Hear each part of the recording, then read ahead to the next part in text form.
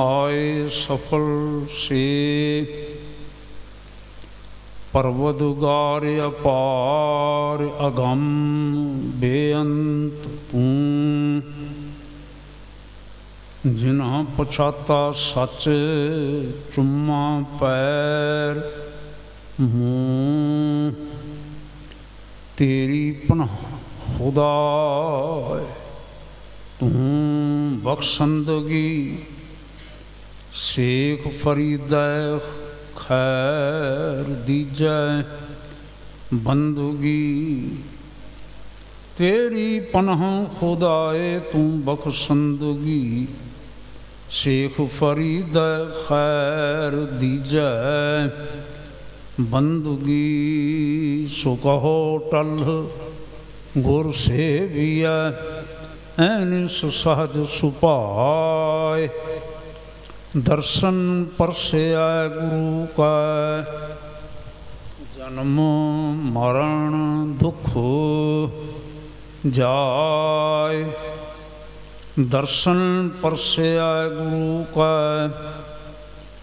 जन्म मरण दुख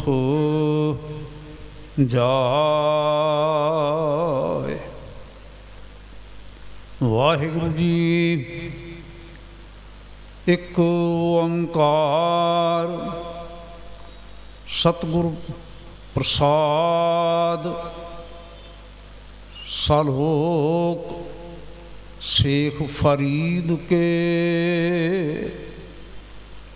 जे तो दिहाड़ा तानू वारी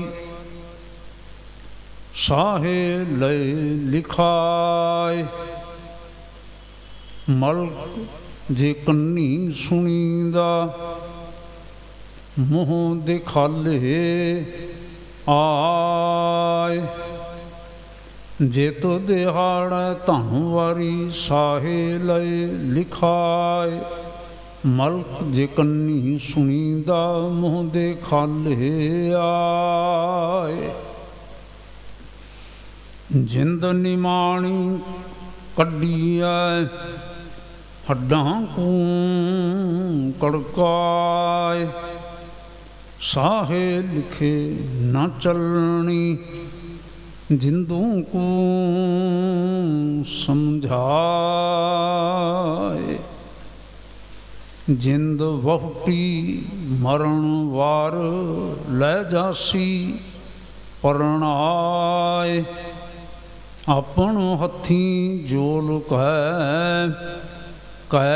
गल लगै ताए वाल हो निकी पुर सलात कन्नी ना सुनियाए फरीदा किड़ी पबंदई खड़ा न आप मुहाए वालों निकी पुरसलात कन्नी ना सुनियाए फरीदा किड़ी पबंदई खड़ा न आप मुहाए। वाहिगुरु जी का खालसा वाहिगुरु जी की फतेह।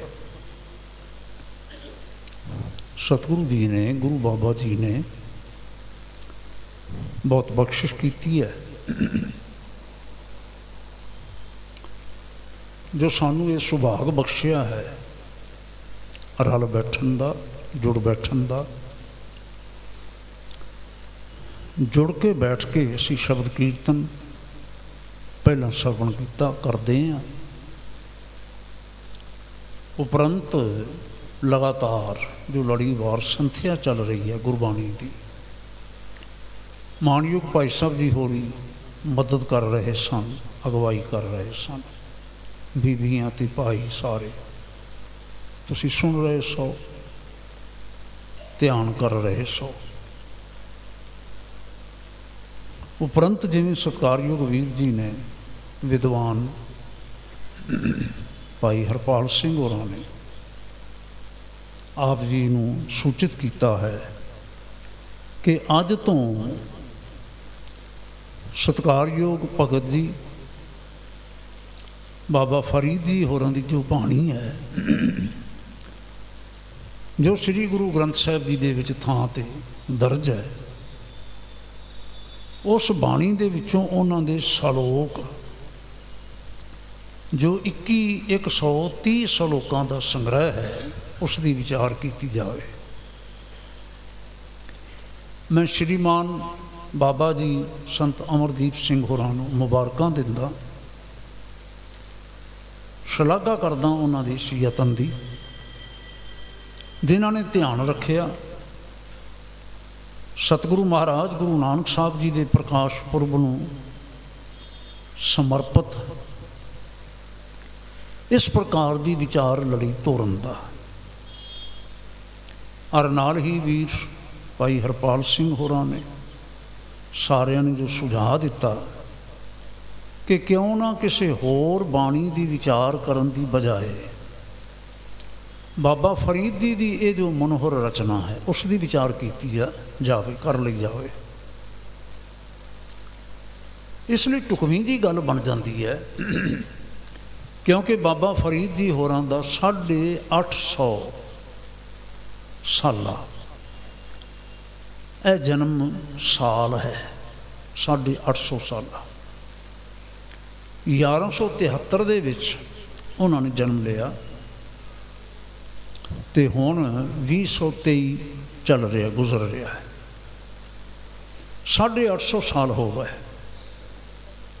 ਭਾਵੇਂ ਅਸੀਂ ਗੁਰੂ ਦਰਬਾਰ ਦੇ ਵਿੱਚ ਅਕਸਰ ਹੀ ਭਗਤ ਜੀ ਨੂੰ ਚੇਤੇ ਕਰਦੇ ਰਹਿੰਦੇ ਹਾਂ, ਵਿਚਾਰਾਂ ਕਰਦੇ ਰਹਿੰਦੇ ਹਾਂ, ਉਹਨਾਂ ਦੀ ਮਿੱਠੀ ਰਚਨਾ, ਮਨੋਹਰ ਰਚਨਾ ਅਸੀਂ ਬੜੇ ਪਿਆਰ ਦੇ ਨਾਲ ਸੁਣਦੇ ਹਾਂ, ਬੜੇ ਪਿਆਰ ਦੇ ਨਾਲ ਅਸੀਂ ਵਿਚਾਰਦੇ ਹਾਂ। ਪਰ ਜਿਵੇਂ ਸਤਿਕਾਰਯੋਗ ਮੇਰੇ ਉਸਤਾਦ ਜੀ ਹੋਏ ਗਿਆਨੀ ਤੇਜਾ ਸਿੰਘ ਜੀ, ਮੈਨੂੰ ਉਹਨਾਂ ਨੇ ਕੁਝ ਸਿੱਖਿਆ ਦੀਆਂ ਗੱਲਾਂ ਦੱਸੀਆਂ, ਸਿੱਖਿਆ ਦਿੱਤੀ, ਮੈਨੂੰ ਸਮਝਾਇਆ। ਕਹਿਣ ਲੱਗੇ, ਬੇਟਾ ਜਦੋਂ ਵਿਆਹ ਹੁੰਦਾ ਹੈ ਨਾ ਕਿਸੇ ਦਾ, ਤੇ ਵਿਆਹ ਦੇ ਸਮੇਂ ਬੀਬੀਆਂ ਗਾਉਣ ਕੱਢਦੀਆਂ ਹੁੰਦੀਆਂ ਨੇ, ਆ ਕੇ ਗਾਉਣ ਗਾਉਂਦੀਆਂ ਨੇ। ਪੁੱਤਰ ਦਾ ਵਿਆਹ ਹੋਵੇ ਤਾਂ ਵੀ, ਧੀ ਦਾ ਵਿਆਹ ਹੋਵੇ ਤਾਂ ਵੀ, ਪੁੱਤਰ ਵਾਲੇ ਘਰ ਵੀ, ਧੀ ਵਾਲੇ ਘਰ ਵੀ। ਕਹਿੰਦੇ ਨੇ ਪਰ ਪੁੱਤਰ ਵਾਲੇ ਘਰ ਜਦੋਂ ਨਾ ਗਾਉਣ ਗਾਉਂਦੀਆਂ ਨੇ ਨਾ ਬੀਬੀਆਂ, ਗਾਉਣ ਤਾਂ ਉਹੀ ਹੁੰਦੇ ਨੇ ਜਿਹੜੇ ਸਾਰਿਆਂ ਦੇ ਘਰਾਂ ਵਿੱਚ ਗਾਏ ਜਾਂਦੇ ਨੇ, ਬੀਬੀਆਂ ਯਾਦ ਵੀ ਹੁੰਦੇ ਨੇ। ਪਰ ਖਾਸ ਤੌਰ 'ਤੇ ਜਿਸ ਦਾ ਨਾਂ ਵਿਆਹ ਹੋਵੇ ਨਾ, ਉਸ ਮੁੰਡੇ ਦਾ ਨਾਂ ਲੈ ਲੈ ਕੇ ਗਾਉਣ ਗਾਉਂਦੀਆਂ ਨੇ। ਹੋਰ ਟੁਕਵਾਂ ਲੱਗਦਾ ਹੈ। ਭਾਵੇਂ ਉਹ ਗਾਉਣ ਸਾਰਿਆਂ ਘਰਾਂ ਦੇ ਵਿੱਚ ਹੀ ਗਾਏ ਜਾਂਦੇ ਨੇ, ਬੀਬੀਆਂ ਨੂੰ ਆਮ ਤੌਰ 'ਤੇ ਯਾਦ ਹੁੰਦੇ। ਇਹ ਨਾ ਉਦਾਹਰਨ ਦੇ ਕੇ ਟੂਕ ਮਾਤਰ ਮੈਨੂੰ ਕਹਿਣ ਲੱਗੇ, ਸਮੇਂ ਦੇ ਅਨੁਸਾਰ ਟੁਕਵੀਂ ਗੱਲ ਕੀਤੀ ਜਾਵੇ ਤੇ ਹੋਰ ਸ਼ੋਭਾ ਪਾਉਂਦੀ ਹੈ, ਸੁਭਾਏਵਾਨ ਹੁੰਦੀ ਹੈ।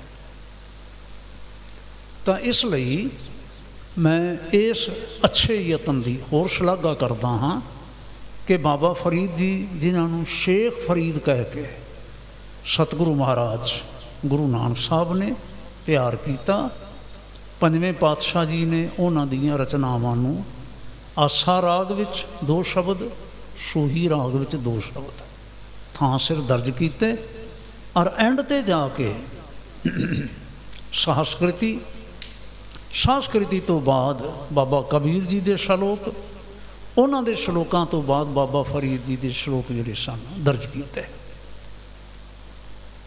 ਸੰਖੇਪ ਜੀ ਮੈਂ ਸੂਚਨਾ ਆਪ ਸੰਗਤਾਂ ਦੇ ਨਾਲ ਸਮੇਂ ਅਨੁਸਾਰ ਇੱਕ ਵਾਰ ਫਿਰ ਸਾਂਝੀ ਕਰਦੇ ਹਾਂ। ਬਾਬਾ ਫਰੀਦ ਜੀ ਦੇ ਨਾਮ ਦੇ ਨਾਲ ਇੱਕ ਸ਼ਬਦ ਜੁੜਿਆ ਸੀ ਉਸ ਵੇਲੇ, ਫਰੀਦ ਸ਼ੱਕਰਗੰਜ। ਕੀ ਭਲਾ? ਫਰੀਦ ਸ਼ੱਕਰਗੰਜ। ਗੰਜ ਕਹਿੰਦੇ ਨੇ ਢੇਰ ਨੂੰ, ਸ਼ੱਕਰ ਬਹਿਣਾ ਜਿਹੜੀ ਗੁੜ ਤੋਂ ਨਾ ਬਣਦੀ ਹੈ, ਭਾਵ गन्ने की रस तो जो शक्कर बनती है, शक्कर का ढेर। व्याख्या अपनी अपनी कई बार सज्जन करया करते हैं, विचार करया करते हैं। किसी ने कुछ आख्या, किसी ने कुछ आख्या। इस नाल संबंधित ना एक वार्ता भी असी सुनते हाँ, खास तौर पर अपने बच्चों को सिक्ख्या देने वास्ते कि छोटे ਜਿਹੇ सन, इन्हां दी सत्कारयोग माँ ये चाहती सी कि मेरा पुत्र जिहड़ा है ना खुदा परस्त होवे, बंदगी करने वाला होवे। जदों आख्या तो इन्हां दा नाम सी मुढ़ला फरीद मसाऊद। उन्होंने आख्या मसाऊद पुत्र तू नमाज पढ़िया कर, शब्दावली है नमाज नीतिया कर, तू नमाज पढ़िया कर। तो मसाऊद ने पूछा माँ क्यों? माँ नू अपने बच्चे की कमजोरी का पता सी कि ये मिठा खाण का बड़ा शौकीन है। तो मिठा की हुंदा सी उस वेले? गुड़, गुड़ खाण का बड़ा शौकीन है। गुड़ ना होवे तो शक्कर खाण का शौकीन है। वो कहन लगी पुत्र जिहड़ा व्यक्ति जिहड़ा बच्चा नमाज पढ़ता है ना खुदा उन्होंने शक्कर दिया करता है। अच्छा, बह गया। माँ ने मुसल्ला विछा दिता, जिस कपड़े ते बैठ के ना नमाज पढ़ते हैं मुसलमान उन्होंने मुसल्ला आखते हैं। थोड़ा जिहा चौड़ा तकरीबन वर्गाकार हुंदा है, चौड़ा ते लंबा। माँ ने कपड़ा विछा दिता ते अखां मीट के मसाऊद जिहड़ा सी नमाज पढ़न लग पिया। अछोपड़े दे माँ आई ते शक्कर दी एक पुड़ी ना पिछले पासे मुसल्ले दी कन्नी चुकी ते वो पुड़ी थले रख दी। झटकू बाद ना सिर सुर निवाह के जिवें सिजदा करीदा है वार वार वार वार उठे। उठ के कहते ने अम्मी मैं नमाज पढ़ ली। अच्छा, बड़ी खुशी की गल है। सीने नाल लाया, पुत्र रोज़ नमाज पढ़िया कर। कहता अम्मी मैं नमाज तो पढ़ आया पर खुदा ने शक्कर को नहीं दी। कहते जरूर दी होगी। जिहड़ा खुदा नाल प्यार करता है खुदा उस नाल बहुत प्यार करता है। तो देखिया ध्यान नाल, अपना मसला चुक के वेखिया। मुड़ के आया, मुसल्ले की कन्नी चुकी ते थले उहदे शक्कर पई सी। है एक सिक्ख्यादायक। मैं समझदा हाँ इउं कि दरअसल ना साडे जिहड़े साखीकार सियाने सियाने विद्वान होए उन्होंने इस प्रकार के ना बिरतांत सिरजे, साखियाँ बनाईयां। हौली हौली एक तो दूजे, दूजे तो तीजे, तीजे तो चौथे ने पढ़िया। इउं लगन लग पिया भी ये इतिहास है। और साखियाँ हमेशा ही वो प्रचलित होईयां जिन्हां विच सिक्ख्या होवे, जिन्हां दा हो सकना संभव होवे। ऐसा होया। लेकिन असी फिर ना इस दे नाल नाल एक वचन होर सुनाया करते हैं कि माँ की प्रेरणा दे नाल फरीद मसाऊद जिहड़ा थोड़े जे लालच नूं लै के ते नमाज पढ़न लगा, एक दिन इतना बंदगी करन वाला महान होया जिसने वचन आखे ते गुरु नानक साहब सच्चे पातशाह जी ने दर्ज किए। शक्कर, खंड, निवात, गुड़, माखियों, माझा दुध, सभे वस्तु मिठियां रब न पुजन तुध। समझ लगी आप सारे? शक्कर, खंड, निवात, गुड़, माखियों, माझा दुध, ये सारिया चीज़ां मिठियां ने। शक्कर भी, खंड भी, नवात कहते ने मिश्री, नबात फारसी का लफज है नवात, बाबा जी ने अंकित किया। गुड़, माखियों, शहद, माझा दुध, ਤੇ ਮੱਝ ਦਾ ਦੁੱਧ। ਸਭੇ ਵਸਤੂ ਮਿੱਠੀਆਂ, ਇਹ ਸਾਰੀਆਂ ਵਸਤੂ ਹੀ ਬੜੀਆਂ ਮਿੱਠੀਆਂ ਨੇ, ਪਰ ਹੇ ਰੱਬ ਨਾ ਪੁੱਜਣ ਤੁਧ। ਜਿੰਨਾ ਤੂੰ ਮਿੱਠਾ ਹੈ, ਜਿੰਨਾ ਤੇਰਾ ਨਾਮ ਮਿੱਠਾ ਹੈ, ਉਤਨਾ ਹੋਰ ਕੁਛ ਵੀ ਮਿੱਠਾ ਨਹੀਂ। ਇੱਕ ਤਾਂ ਇਹ ਘਟਨਾ ਪ੍ਰਚਲਿਤ ਹੈ, ਲੇਕਿਨ ਸਿਆਣੇ ਸੱਜਣ ਇਉਂ ਆਖਦੇ ਨੇ, ਬਾਬਾ ਫਰੀਦ ਸਾਹਿਬ ਸੁਭਾਅ ਕਰਕੇ ਬੜੇ ਮਿੱਠੇ ਸੁਭਾਅ ਵਾਲੇ ਹੋਏ ਹੈਗੇ ਸਨ, ਮਿੱਠੀ ਜ਼ੁਬਾਨ ਵਾਲੇ ਸਨ, ਜਿਨ੍ਹਾਂ ਦਾ ਇੱਕ ਬਚਨ ਨਾ ਇਸ ਸ਼ਲੋਕ ਦੇ ਬਿਲਕੁਲ ਐਂਡ 'ਤੇ ਜਾ ਕੇ ਦਰਜ ਹੈ। ਸਭਨਾ ਮਨ ਮਾਨਿਕ ਠਾਹਲ ਮੂਲ ਮਚਾਂਗਵਾਂ, ਜਾਓ ਤੋ ਜੇ ਤੋ ਪ੍ਰਿਆ ਦੀ ਸਿੱਖ, ਹਿਆਓ ਨਾ ਠਾਹੇ ਕਹੀਂ ਦਾ। ਜੇ ਤੂੰ ਰੱਬ ਨੂੰ ਮਿਲਣਾ ਚਾਹੁੰਦਾ ਹੈ ਤਾਂ ਕਿਸੇ ਦਾ ਦਿਲ ਨਾ ਦੁਖਾ, ਕਿਸੇ ਦਾ ਦਿਲ ਨਾ ਢਾ। ਦਿਲ ਕਾਹਦੇ ਨਾਲ ਦੁਖਦਾ ਹੈ? ਕੌੜੇ ਬੋਲਾਂ ਨਾਲ। ਕਾਹਦੇ ਨਾਲ ਦਿਲ ਦੁਖਦਾ ਹੈ? ਕੌੜੇ ਬੋਲਾਂ ਨਾਲ। ਸਮਾਨ ਟੁੱਟਾ ਹੋਇਆ ਜੁੜ ਜਾਏਗਾ, ਫਿਰ ਬਣ ਜਾਏਗਾ, ਪਰ ਜਦੋਂ ਕੌੜੇ ਬੋਲਾਂ ਦੇ ਨਾਲ ਕਿਸੇ ਦਾ ਦਿਲ ਤੋੜ ਦਿੱਤਾ ਜਾਏਗਾ, ਟੁੱਟਾ ਹੋਇਆ ਦਿਲ ਨਹੀਂ ਜੁੜਿਆ ਕਰਦਾ। ਵਾਹਿਗੁਰੂ। ਗੱਲ ਤਾਂ ਤੁਹਾਨੂੰ ਹੋਰ ਵੈਂਦੇ ਨਾ ਲੱਗੇ, ਵੱਖਰੇ ਵੱਖਰੇ ਵਾਤਾਵਰਨ 'ਚ ਰਹਿਣ ਵਾਲੇ ਲੋਕ ਵੱਖਰੇ ਵੱਖਰੇ ਢੰਗ ਦੇ ਨਾਲ ਖਿਆਲ ਪ੍ਰਗਟ ਕਰਦੇ ਨੇ। ਅਬਰਾਹਮ ਲਿੰਕਨ ਬਾਰੇ ਤੁਸੀਂ ਨੇ ਸੁਣਿਆ ਹੋਵੇਗਾ। ਅਬਰਾਹਮ ਲਿੰਕਨ ਅਮਰੀਕਾ ਦਾ 14ਵਾਂ ਰਾਸ਼ਟਰਪਤੀ ਸੀ, ਪ੍ਰਧਾਨ ਸੀ, ਐਡਵੋਕੇਟ ਵੀ ਸੀ ਰਿਹਾ। ਕਿਤਨੀ ਵਾਰੀ ਇਲੈਕਸ਼ਨਾਂ ਲੜੀਆਂ, ਉਸਨੇ ਪ੍ਰਧਾਨ ਬਣਨ ਦਾ ਯਤਨ ਵੀ ਕੀਤਾ, ਪਰ ਨਾ ਬਣ ਸਕਿਆ। ਇੱਕ ਵੇਰਾ ਬਣ ਗਿਆ। ਵਿਦਵਾਨ ਬੜਾ ਸੀ ਉਸ ਨੇ ਨਾ ਇਸ ਗੱਲ ਨੂੰ ਸਮਝਦਿਆਂ ਹੋਇਆਂ ਫਰੇਜ਼ ਲਿਖਿਆ ਇੱਕ, ਕਹਿਣ ਲੱਗਾ, egg broken egg can be mended. ਜੇ ਕਿਤੇ ਆਂਡਾ ਟੁੱਟ ਜਾਏ ਨਾ, ਤੇ ਟੁੱਟਾ ਹੋਇਆ ਆਂਡਾ ਵੀ ਜੋੜਿਆ ਜਾ ਸਕਦਾ ਹੈ। ਤੁਸੀਂ ਦੇਖਿਆ ਆਂਡਾ ਟੁੱਟ ਜਾਵੇ ਤਾਂ ਕਦੀ ਜੁੜਦਾ ਹੈ? ਆਂਡਾ ਨਹੀਂ ਜੁੜਦਾ ਹੁੰਦਾ, ਛਿਲਕਾ ਉਸਦਾ ਇੱਕ ਵਾਰ ਟੁੱਟ ਗਿਆ ਨਹੀਂ ਜੁੜਦਾ। ਕਹਿੰਦਾ ਜੁੜ ਸਕਦਾ ਹੈ। Broken egg can be mended but heart never. ਕਿਸੇ ਦਾ ਦਿਲ ਟੁੱਟ ਗਿਆ ਤਾਂ ਦਿਲ ਜਿਹੜਾ ਹੈ ਉਹ ਕਦੀ ਵੀ ਮੁਰੰਮਤ ਨਹੀਂ ਕੀਤਾ ਜਾ ਸਕਦਾ। ਮੈਂਡ ਕਰਨਾ ਹੁੰਦਾ ਹੈ, ਮੁਰੰਮਤ ਕਰਨਾ, ਠੀਕ ਕਰਨਾ ਨਹੀਂ ਹੋ ਸਕਦਾ।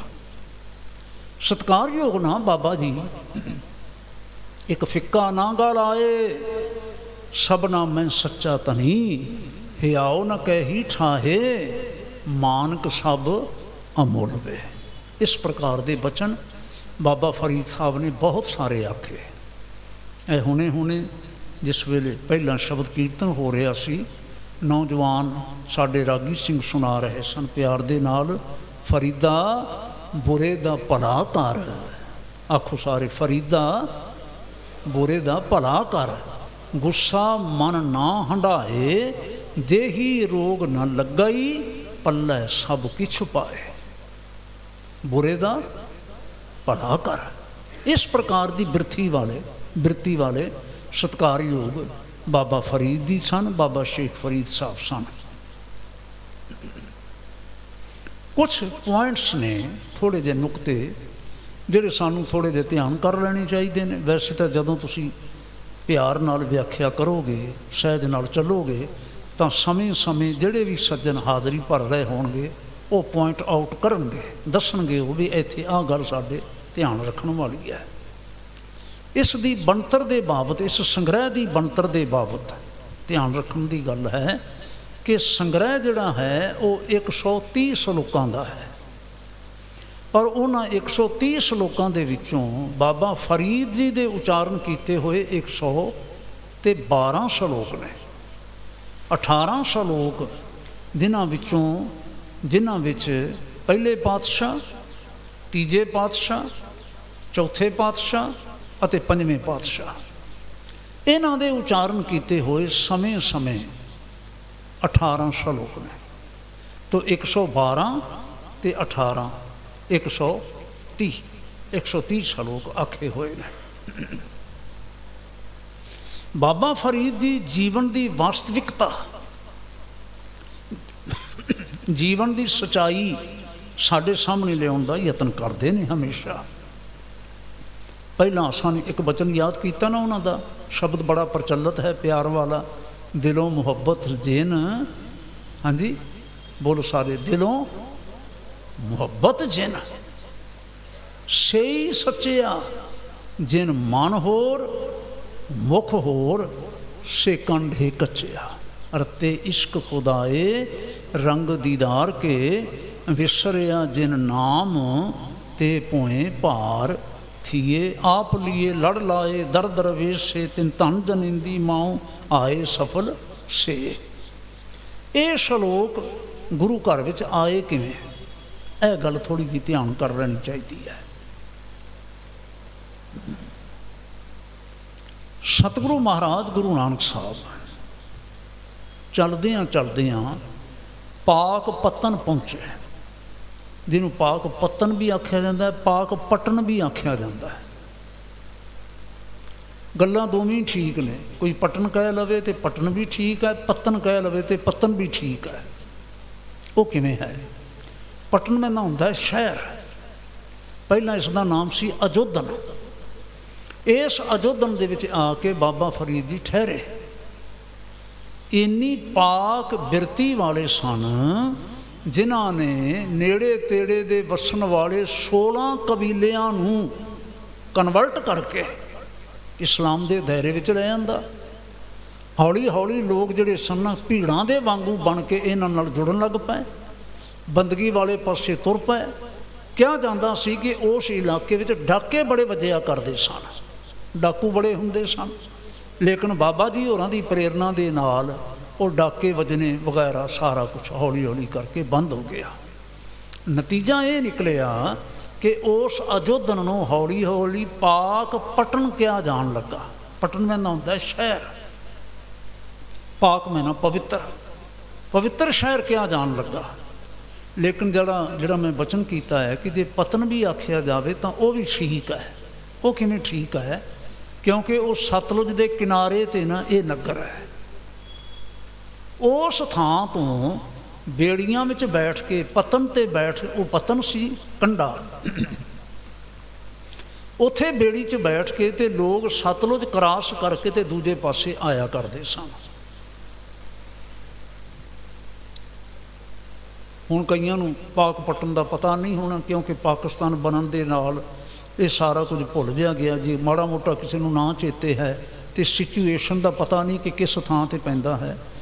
ਜਿਸ ਵੇਲੇ ਨਾ ਮੈਂ ਪੁਸਤਕ ਲਿਖਣ ਜਾ ਰਿਹਾ ਸਾਂ, ਗੁਰੂ ਨਾਨਕ ਉਦਾਸੀ ਦਰਪਣ, ਤਾਂ ਮੇਰੇ ਸਾਹਮਣੇ ਨਾ ਕੁਝ ਸਮੱਸਿਆਵਾਂ ਸਨ। ਉਹਨਾਂ ਸਮੱਸਿਆਵਾਂ ਦੇ ਵਿੱਚੋਂ ਇੱਕ ਸਮੱਸਿਆ ਸੀ ਕਿ ਸਤਿਗੁਰੂ ਮਹਾਰਾਜ ਗੁਰੂ ਨਾਨਕ ਸਾਹਿਬ ਦਾ ਰੂਟ ਕੀ ਸੀ, ਇਹ ਕਿਹੜੇ ਪਾਸਿਓਂ ਗਏ ਕਿਸੇ ਥਾਂ 'ਤੇ ਵੀ। ਬਹੁਤ ਕੰਪਲੀਕੇਟਡ ਸੀ ਇਹ ਕੰਮ, ਬਹੁਤ ਕੰਪਲੀਕੇਟਡ, ਬਹੁਤ ਗੁੰਝਲਦਾਰ ਸੀ ਇਹ ਕੰਮ। ਕਿਉਂ ਗੁੰਝਲਦਾਰ ਸੀ? ਗੁੰਝਲਦਾਰ ਇਸ ਕਰਕੇ ਸੀ ਕਿ ਅੱਜ ਕੱਲ੍ਹ ਜਿਹੜੇ ਰੂਟਸ ਨੇ, ਸੜਕਾਂ ਕਹਿ ਲਈਏ ਅਸੀਂ, ਰਾਹ ਜਿਹੜੇ ਨੇ ਪ੍ਰਚਲਿਤ, ਇਹ ਡਿਫਰੈਂਟ ਨੇ, ਹੋਰ ਨੇ। ਉਸ ਵੇਲੇ ਦੇ ਰੂਟ ਕੁਝ ਹੋਰ ਸਨ। ਸਾਰੇ ਤਾਂ ਨਹੀਂ ਬਦਲੇ, ਪਰ ਬਹੁਤ ਸਾਰੇ ਜਿਹੜੇ ਰੂਟ ਸਨ ਨਾ ਉਹ ਬਦਲ ਗਏ। ਖਾਸ ਤੌਰ 'ਤੇ ਜਿਸ ਵੇਲੇ 1947 ਵਿੱਚ ਪਾਕਿਸਤਾਨ ਵਾਲੀ ਲਕੀਰ ਪੈ ਗਈ, ਤਾਂ ਉਸ ਵੇਲੇ ਹੁਣ ਪਾਕਿਸਤਾਨ ਉਸ ਪਾਸੇ ਹੋ ਗਿਆ, ਜਿਹੜਾ ਦੂਸਰਾ ਇੱਧਰ ਹਿੰਦੁਸਤਾਨ ਨਾਲ ਜੁੜਿਆ ਹੋਇਆ ਪੰਜਾਬ ਹੈ, ਇਹਦਾ ਜਿਹੜਾ ਸੀ ਇੱਕ ਵੱਖਰਾ ਵਜੂਦ ਹੋ ਗਿਆ। ਮੇਰੇ ਧਿਆਨ ਵਿੱਚ ਆਇਆ ਜਿਸ ਵੇਲੇ ਮੈਂ ਇਹ ਸਾਰਾ ਕੁਝ ਦੇਖ ਰਿਹਾ ਸਾਂ ਕਿ ਉਸ ਪਾਸਿਓਂ ਪਾਕ ਪੱਟਨ ਤੋਂ ਜਿਸ ਵੇਲੇ ਕੋਈ ਬੇੜੀ 'ਚ ਬੈਠ ਕੇ ਸਵਾਰ ਹੋ ਕੇ ਇਸ ਪਾਸੇ ਆਉਂਦਾ ਸੀ ਤੇ ਉਹ ਇਸ ਪਾਸੇ ਆ ਕੇ ਨਿਕਲਦਾ ਸੀ ਫਾਜ਼ਿਲਕਾ ਅਬੋਹਰ ਦੇ ਵਿਚਕਾਰ। ਫਾਜ਼ਿਲਕਾ ਅਬੋਹਰ ਆਪਣੇ ਪਾਸੇ ਹੈ ਨਾ, ਤੁਸੀਂ ਜੇ ਉਸ ਪਾਸੇ ਕਿਤੇ ਗਏ ਹੋਏ ਹੋ ਤੇ ਤੁਸੀਂ ਅੰਦਾਜ਼ਾ ਜਿਹਾ ਕਰ ਸਕਦੇ ਹੋ। ਇਉਂ ਸਮਝ ਲਈਏ ਅਸੀਂ कि जिथे फाजिलका है दरिया के एक पासे फाजिलका है, दरिया के दूसरे पासे पाकपतन है। सतगुरु गुरु नानक साहब, फिर मैं ये निश्चय करता हाँ, मैं हथ जोड़ के तुहाडे पासों खिमा मंगदा। दूसरी एक बड़ी वड्डी होर प्रॉब्लम सी गुरु नानक साहब जी की ट्रैवल्स के बाबत विचार करन दी कि गुरु नानक साहब सच्चे पातशाह जी ने, पिता जी ने 4 यात्रा मुख तौर पर कीतियां, जिन्होंने 4 उदासियां आखिया जाता है। वो किहड़ी उदासी दे विच, किहड़े साल दे विच किसे थां ते पहुँचे। कुछ कहते हैं कि तीजी उदासी दे विच गुरु नानक साहब सच्चे पातशाह बाबा फरीद जी होरां दे स्थान ते पहुँचे। कुछ कहते हैं कि पहली यात्रा दे विच सतगुरु महाराज गुरु नानक साहब ये उत्थे पहुँचे। कुछ कहते हैं कि पहली विच भी गए तो तीजी विच भी गए। और ऐसे कुछ स्थान ने जिथे सतगुरु महाराज एक तो वधीक वार गए ने।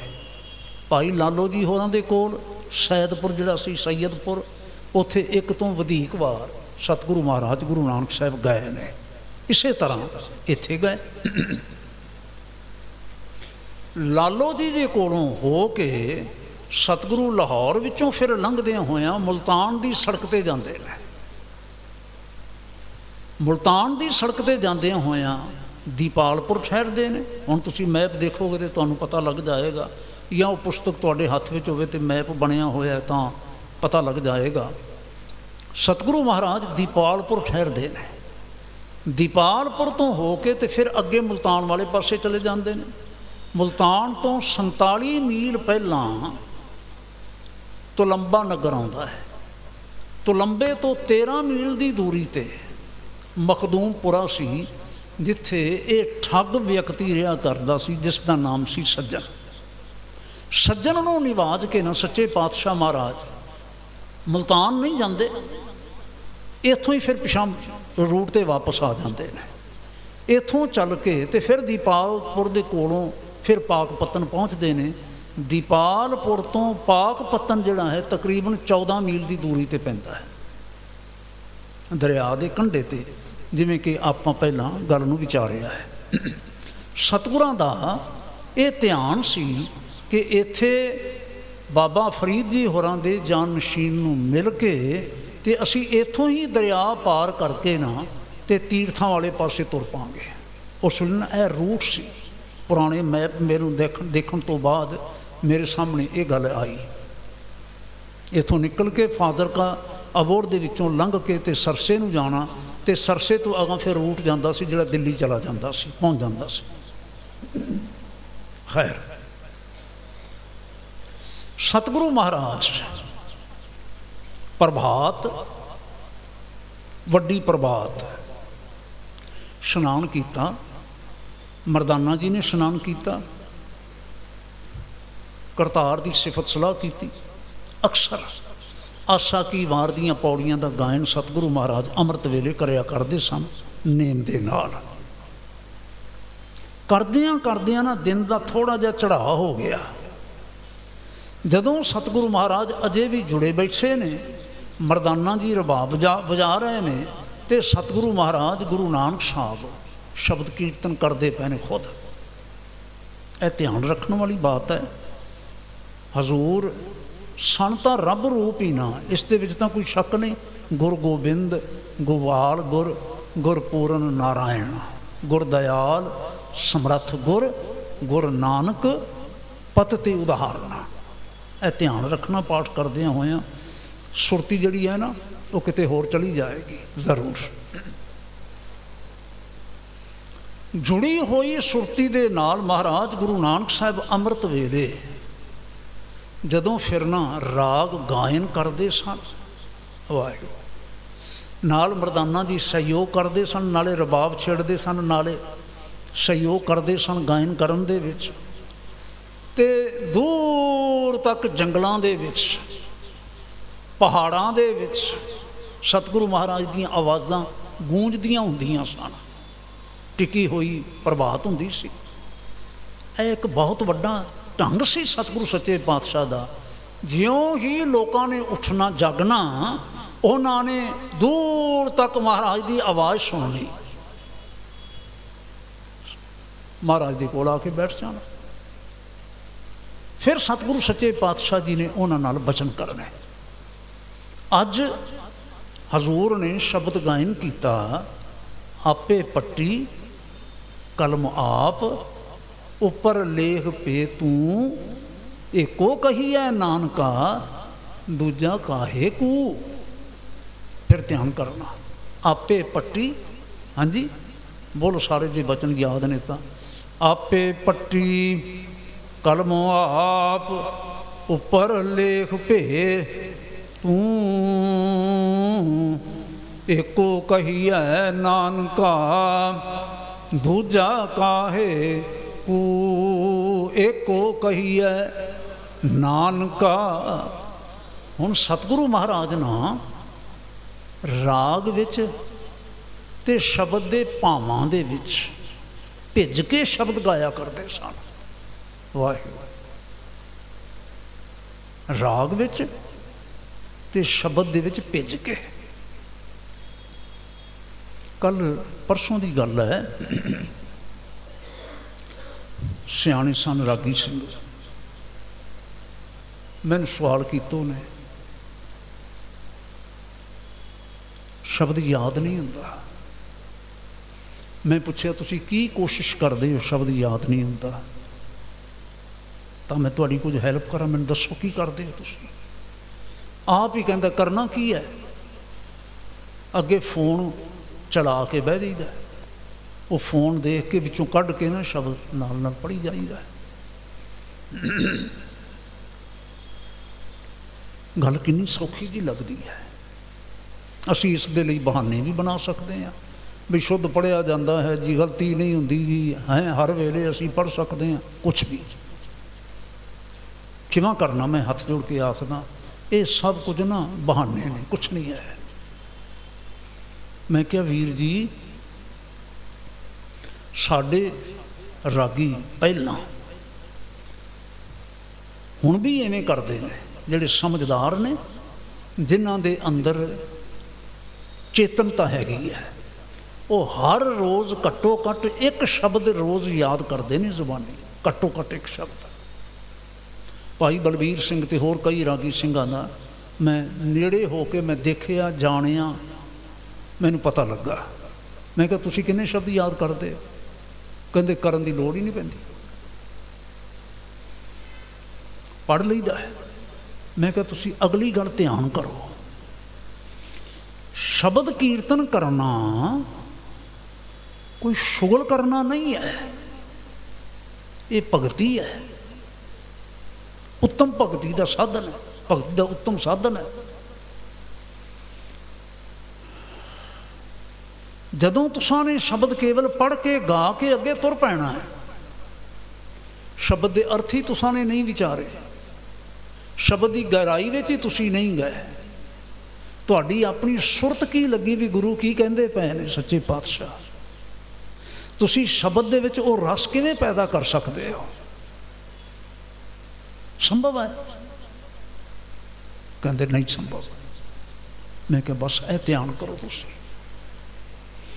ਗੁਰੂ ਨਾਨਕ ਸਾਹਿਬ ਸੱਚੇ ਪਾਤਸ਼ਾਹ ਨਾ ਮਹਾਰਾਜ ਜਿਸ ਵੇਲੇ ਕੀਰਤਨ ਕਰਿਆ ਕਰਦੇ ਸਨ ਨਾ, ਰਸ ਗੜੂੰਦ ਹੋ ਕੇ, ਵਾਹਿਗੁਰੂ, ਰਸ ਗੜੂੰਦ ਹੋ ਕੇ, ਕੁਝ ਨਿਬੇੜਾ ਕਰਨ ਵਾਲੀ ਗੱਲ ਨਹੀਂ ਹੁੰਦੀ ਸੀ। ਹੈਂ, ਜੇ ਮੈਂ ਆਖਿਆ ਨਾ ਭਗਤੀ ਹੈ, ਕੀਰਤਨ ਭਗਤੀ ਹੈ, ਸ਼ਬਦ ਨੂੰ ਜਗਾ ਕੇ ਬੜੇ ਪਿਆਰ ਦੇ ਨਾਲ ਭਾਵਾਂ ਨੂੰ ਸਮਝ ਕੇ ਤੇ ਫਿਰ ਗਾਇਨ ਕਰਨਾ, ਵਾਰ-ਵਾਰ ਦੁਹਰਾਉਣਾ ਉਸਨੂੰ। ਜਿਸ ਵੇਲੇ ਫਿਰ ਸਤਿਗੁਰੂ ਸੱਚੇ ਪਾਤਸ਼ਾਹ ਜੀ ਨੇ ਆਖਿਆ ਨਾ, ਤਾਂ ਉਸ ਵੇਲੇ ਨੇੜੇ ਹੀ ਇੱਕ ਸੱਜਣ ਨੌਜਵਾਨ ਕੱਖ ਚੁਗਦਾ ਪਿਆ ਸੀ, ਕੱਖ, ਦੂਜੇ ਲਫ਼ਜ਼ਾਂ 'ਚ ਕਹਿ ਲਈਏ ਬਾਲਣ ਚੁਗਦਾ ਪਿਆ ਸੀ। ਬਾਲਣ ਕਿਉਂ ਚੁਗਦਾ ਪਿਆ ਸੀ? ਤਾਂ ਕਿ ਬਾਲਣ ਚੁੱਕ ਕੇ ਲਿਜਾ ਕੇ ਤੇ ਸਵੇਰੇ ਛਾਹ ਵੇਲੇ ਦੇ ਨਾਲ, ਉਸ ਵੇਲੇ ਆਮ ਤੌਰ 'ਤੇ ਲੱਸੀ ਤੇ ਹੋਰ ਮੱਖਣ ਵਗੈਰਾ ਨਿੱਕ ਸੁੱਕ ਜਿਹਾ ਹੁੰਦਾ ਸੀ, ਲੇਕਿਨ ਝੱਟ ਤੱਕ ਜਦੋਂ ਸਲੂਣਾ ਤਿਆਰ ਕਰਨਾ ਹੈ, ਅੱਗ ਬਾਲਣ ਦੀ ਲੋੜ ਪੈਣੀ ਹੈ, ਤੇ ਫਿਰ ਬਾਲਣ ਲੱਕੜ ਦੀ ਲੋੜ ਹੈ। ਉਹ ਨਾ ਬਾਲਣ ਇਕੱਠਾ ਕਰਦਾ ਪਿਆ ਸੀ। ਜਿਸ ਵੇਲੇ ਗੁਰੂ ਸਾਹਿਬ ਸੱਚੇ ਪਾਤਸ਼ਾਹ ਜੀ ਨੇ ਬੁਲੰਦ ਆਵਾਜ਼ ਦੇ ਨਾਲ ਸ਼ਬਦ ਗਾਇਨ ਕੀਤਾ ਨਾ, ਵਾਹਿਗੁਰੂ, ਮੈਂ ਸਾਰੀਆਂ ਗੱਲਾਂ ਛੱਡ ਕੇ ਆਖਾਂਗਾ ਉਹ ਵੱਡੇ ਭਾਗਾਂ ਵਾਲਾ ਸੀ। ਬਸ ਕੋਲ ਆ ਗਿਆ, ਕੋਲੇ ਆ ਕੇ ਨਾ ਕਹਿਣ ਲੱਗਾ, ਇਹ ਤੁਸੀਂ ਕੀ ਕਹਿ ਰਹੇ ਹੋ? ਗੁਰੂ ਸਾਹਿਬ ਕਹਿਣ ਲੱਗੇ, ਕੀ ਕਹਿ ਰਹੇ ਆ? ਕਹਿੰਦੇ ਹਾਂ। ਹਜ਼ੂਰ ਕਹਿਣ ਲੱਗੇ, ਅਸੀਂ ਆਖਿਆ ਹੈ ਏਕੋ ਕਹੀਐ ਨਾਨਕਾ ਦੂਜਾ ਕਾਹੇ ਕੋ। ਕਹਿੰਦਾ ਇਹੀ ਤਾਂ ਮੈਂ ਕਹਿ ਰਿਹਾ ਵੀ ਤੁਸੀਂ ਇਹ ਕੀ ਕਹਿ ਰਹੇ ਹੋ? ਉਹਨਾਂ ਦਾ ਜਿਹੜਾ ਕਲਮਾ ਹੈ ਨਾ, ਤੁਸਾਂ ਨੇ ਸ਼ਾਇਦ ਪ੍ਰੇਮੀਆਂ ਨੇ ਸੁਣਿਆ ਪੜ੍ਹਿਆ ਹੋਵੇ ਕਦੀ, ਲਾ ਇਲਾਹਾ ਇल्लल्लाह ਮੁਹੰਮਦ ਰਸੂਲ ਅੱਲਾ। ਕਹਿੰਦੇ ਨੇ ਅੱਲਾ ਤੋਂ ਬਿਨਾ ਉਸ ਦਾ ਹੋਰ ਕੋਈ ਸ਼ਰੀਕ ਨਹੀਂ, ਉਸ ਦਾ ਰਸੂਲ ਹੈ, ਪੈਗੰਬਰ ਜਿਹਨੂੰ ਕਿਹਾ ਜਾਂਦਾ ਹੈ, ਉਸ ਦਾ ਰਸੂਲ ਹੈ ਮੁਹੰਮਦ। ਇੱਕ ਦੀ ਥਾਂ ਤੇ ਦੋ ਦੀ ਗੱਲ ਕਿਸੇ ਰੂਪ ਦੇ ਵਿੱਚ ਆਖੀ ਗਈ। ਉਹ ਕਹਿਣ ਲੱਗਾ, ਅਸੀਂ ਤਾਂ ਮੁਹੰਮਦ ਨੂੰ ਨਾਲ ਰਸੂਲ ਆਖਦੇ ਹਾਂ, ਤੁਸੀਂ ਕਹਿੰਦੇ ਏਕੋ ਕਹੀਏ ਨਾਨਕਾ ਦੂਜਾ ਕਾਹੇ ਕੋ। ਉਸ ਵਰਗਾ ਕੇਵਲ ਉਹੀ ਹੈ, ਆਪੇ ਪੱਟੀ ਕਲਮ ਆਪ ਉੱਪਰ ਲੇਖ ਪੇ ਤੂੰ, ਹੋਰ ਕੋਈ ਹੈ ਹੀ ਨਹੀਂ। ਕਹਿੰਦਾ ਪਰ ਮੈਂ ਤੁਹਾਡੇ ਨਾਲ ਵਚਨ ਨਹੀਂ ਕਰ ਸਕਦਾ, ਮੈਂ ਖਾਦਮ ਹਾਂ। ਖਾਦਮ ਕਹਿੰਦੇ ਨੇ ਨੌਕਰ ਨੂੰ, ਸੇਵਾਦਾਰ ਨੂੰ। ਮੈਂ ਆਪਣੇ ਨਾਲ ਮੁਰਸ਼ਦ ਨੂੰ ਜਾ ਕੇ ਇਹ ਮੈਂ ਸੁਣਾਉਣਾ ਚਾਹੁੰਦਾ ਬਈ ਇੱਕ ਫਕੀਰ ਬਾਹਰ ਆ ਕੇ ਬੈਠਾ ਹੈ, ਉਹ ਆਇਓ ਕਹਿ ਰਿਹਾ ਹੈ, ਤੁਸੀਂ ਇੱਕ ਵਾਰ ਫਿਰ ਜਰਾ ਦੁਹਰਾਓ ਤੇ ਮੈਂ ਜ਼ਬਾਨੀ ਯਾਦ ਕਰ ਲਵਾਂ। ਦੇਖੋ ਸਾਖੀਕਾਰ ਕਿਵੇਂ ਪਿਆਰ ਦੇ ਨਾਲ ਨਾ ਬਰੀਕੀਆਂ ਸਾਨੂੰ ਦੱਸਦੇ ਨੇ। ਸਤਿਗੁਰਾਂ ਨੇ ਫਿਰ ਦੁਹਰਾਇਆ, ਇਸ ਖਾਦਮ ਨੇ ਜਿਸ ਦਾ ਨਾਮ ਸੀ ਕਮਾਲ, ਉਹਨੇ ਯਾਦ ਕਰ ਲਿਆ। ਯਾਦ ਕਰਕੇ ਤੇ ਜਾ ਕੇ ਆਪਣੇ ਮੁਰਸ਼ਦ ਨੂੰ ਇਹ ਸ਼ਲੋਕ ਸੁਣਾਇਆ ਜਿਸ ਦਾ ਨਾਮ ਸੀ ਬ੍ਰਹਮ। ਵੈਸੇ ਮੈਂ ਤਾਂ ਇਉਂ ਜ਼ਿਕਰ ਕੀਤਾ ਹੈ ਕਿ ਉਸ ਦਾ ਨਾਮ ਐਕਚੁਅਲੀ ਇਬਰਾਹੀਮ ਸੀ, ਅਬਰਾਹਮ ਜਾਂ ਇਬਰਾਹੀਮ। ਅੰਗਰੇਜ਼ੀ ਵਾਲੇ ਬਹੁਤਾ ਅਬਰਾਹਮ ਲਿਖਦੇ ਨੇ, ਪੁਰਾਤਨ ਨਾਮ ਹੈ ਇਬਰਾਹੀਮ। ਸ਼ਾਰਟਲੀ ਜਿਸ ਵੇਲੇ ਅਸੀਂ ਬੋਲਦੇ ਹਾਂ ਤੇ ਹੌਲੀ ਹੌਲੀ ਨਾ ਉਹ ਨਾਮ ਸੰਖੇਪ ਜਿਹਾ ਹੋ ਕੇ ਤੇ ਬ੍ਰਹਮ ਪ੍ਰਚਲਿਤ ਹੋ ਗਿਆ। ਬ੍ਰਹਮ, ਫਰੀਦ ਬ੍ਰਹਮ, ਇਹ ਨਾਮ ਸੀ ਉਸ ਦਾ। ਲੇਕਿਨ ਉਪਨਾਮ ਬਾਬਾ ਫਰੀਦ ਜੀ ਦਾ ਹੀ ਧਾਰਨੀ ਸੀ। ਉਸ ਨੂੰ ਫਰੀਦ ਸਾਨੀ ਵੀ ਕਹਿੰਦੇ ਨੇ, ਕਿਹਾ ਜਾਂਦਾ ਹੈ। ਐਨੀ ਹਾਓ ਉਸ ਦੇ ਕੋਲ ਜਾ ਕੇ ਆਖਿਆ ਕਿ ਬਾਹਰ ਕਬਰਸਤਾਨ ਦੇ ਵਿੱਚ ਦੋ ਫਕੀਰ ਬੈਠੇ ਨੇ, ਜਿਨ੍ਹਾਂ ਦੇ ਵਿੱਚ ਜਿਹੜਾ ਉਹਨਾਂ ਦਾ ਵੱਡਾ ਹੈ ਦੋਹਾਂ ਦੇ ਵਿੱਚੋਂ, ਉਹ ਐਸ ਸ਼ਬਦ ਦਾ ਹੈ ਕਲਾਮ ਦਾ ਗਾਇਨ ਕਰ ਰਿਹਾ ਸੀ।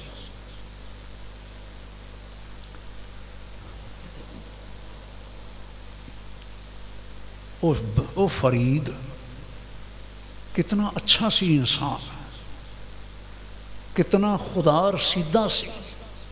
सिर्फ बंदगी करने वाला नहीं सी, खुदा तक पहुँचया होया सी, जिसकी पहुँच सी खुदा रसीदा। कहते मेरी पालकी तैयार करो। पालकी तैयार की, कहारा ने सेवकां ने खादमां ने चुकी पालकी, उस थां ते आ गए जिथे गुरु साहब सच्चे पातशाह बैठे सन। थोड़ी जी दूरी ते ना पालकी थले रखाई ते पालकी तो उतरे। जिस वेले आए ना, हुण देखो सतगुरु सच्चे पातशाह महाराज, यह कितनी अच्छी सभ्यक बात है कि जे सानू मिलण वास्ते आया तो मिलण वास्ते जो आ रहा है वो कोई राजा महाराजा, कोई बादशाह नहीं है, कोई होर नहीं है, वो भी खुदा रसीदा है, प्रभु दे प्यार वाला है। इन्ने मान सन्मान दे नाल आया है तो असी कब्रस्तान च बैठे हाँ, सानू मिलण वास्ते आया है। महाराज सच्चे पातशाह अपने सिंघासन अपने स्थान तो ना उठ के खड़े हो गए, प्यार नाल ना अपने कोल बिठाया है। तो आयों करया करते सन, अपना हथ अगे वधाउणा। पीर लोग ना इवें करया करते, हथ अगे वधाउणा। तो जिहड़े खादम सन ना वो ਝੁਕ ਕੇ ਤੇ ਹੱਥ ਨੂੰ ਚੁੰਮਿਆ ਕਰਦੇ ਸਨ। ਹੁਣ ਕਹਿੰਦੇ ਬੋਸਾ ਲੈਣਾ, ਹੱਥ ਨੂੰ ਚੁੰਮਿਆ ਕਰਦੇ ਸਨ।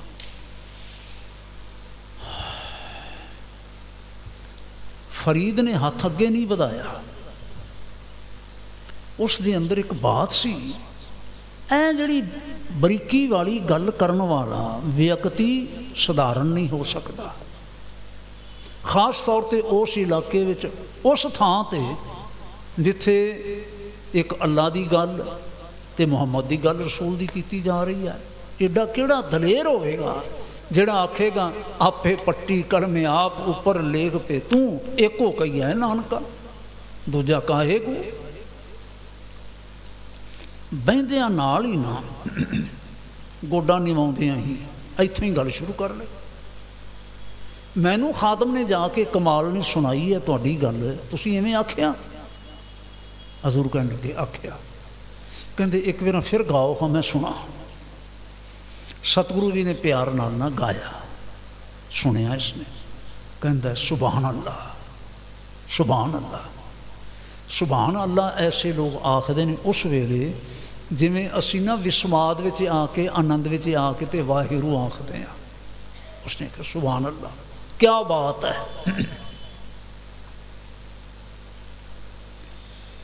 ਲੇਕਿਨ ਸਾਡੇ ਵਿੱਚ ਤਾਂ ਇਹ ਕਲਮਾ ਪ੍ਰਚਲਿਤ ਹੈ, ਲਾ ਇਲਾਹਾ ਇल्लल्लाह ਮੁਹੰਮਦ ਰਸੂਲ ਅੱਲਾ। ਸਤਿਗੁਰੂ ਕਹਿਣ ਲੱਗੇ ਮੁਹੰਮਦ ਉਸ ਦਾ ਰਸੂਲ ਇੱਕ ਹੋ ਸਕਦਾ ਹੈ, ਇੱਕ ਪੈਗੰਬਰ ਹੋ ਸਕਦਾ ਹੈ, ਪਰ ਉਹ ਤਾਂ ਪੈਗਾਮ ਲਿਆਉਣ ਵਾਲਾ ਹੈ। ਖੁਦਾ ਤਾਂ ਇੱਕੋ ਹੀ ਹੈ। ਮੁਹੰਮਦ ਖੁਦਾ ਤਾਂ ਨਹੀਂ ਨਾ, ਖੁਦਾ ਤਾਂ ਇੱਕੋ ਹੀ ਹੈ। ਕਹਿੰਦਾ ਇਹ ਗੱਲ ਮੈਨੂੰ ਭਾਉਂਦੀ ਹੈ, ਤੁਸੀਂ ਮੇਰੇ ਨਾਲ ਚੱਲੋ, ਮੇਰੇ ਸਥਾਨ 'ਤੇ ਆ ਕੇ ਤੁਸੀਂ ਆਪਣੇ ਚਰਨ ਪਾਓ। ਹੁਣ ਐਸਾ ਨਹੀਂ ਸੀ ਜਿਵੇਂ ਅਸੀਂ ਅੱਜ ਵੀ ਪਿਆਰ ਨਾਲ ਕਹਿ ਦਿੰਦੇ ਹਾਂ ਕਿ ਗੁਰਦੁਆਰੇ ਦੇ ਵਿੱਚ ਭਾਵੇਂ ਕੋਈ ਮੁਸਲਮਾਨ ਆ ਜਾਵੇ, ਭਾਵੇਂ ਕੋਈ ਹਿੰਦੂ ਆ ਜਾਵੇ, ਭਾਵੇਂ ਕੋਈ ਆ ਜਾਵੇ, ਅਸੀਂ ਵਿਤਕਰਾ ਨਹੀਂ ਕਰਦੇ, ਸਾਰਿਆਂ ਨਾਲ ਅਸੀਂ ਪਿਆਰ ਕਰਦੇ ਹਾਂ। ਆਫ ਕੋਰਸ ਅਸੀਂ ਬਿਨਾਂ ਸ਼ੱਕ ਅਸੀਂ ਕਰਦੇ ਹਾਂ। ਲੰਗਰ ਵੀ ਛਕਾਉਂਦੇ ਹਾਂ, ਪ੍ਰਸ਼ਾਦ ਤੇ ਹੋਰ ਹਰ ਤਰ੍ਹਾਂ ਕਰਕੇ ਅਸੀਂ ਧਿਆਨ ਕਰਦੇ ਹਾਂ।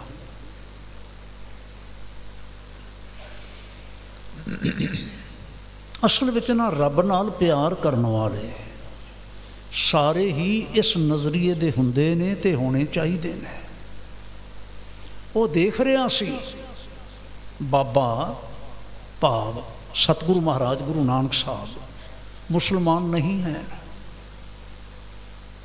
ਜੇ ਮੁਸਲਮਾਨ ਹੁੰਦੇ ਇਹ ਗੱਲ ਨਾ ਕਰਦੇ, ਮੁਸਲਮਾਨ ਨਹੀਂ ਹੈ।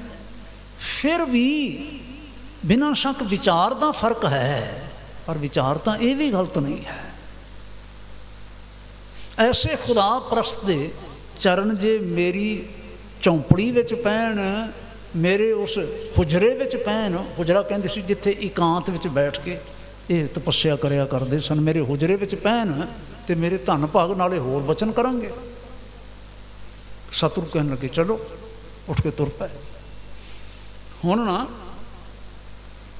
ਸਮਾਪਤੀ ਕਿੰਨੇ ਵਜੇ ਕਰਨੀ? ਹਾਂਜੀ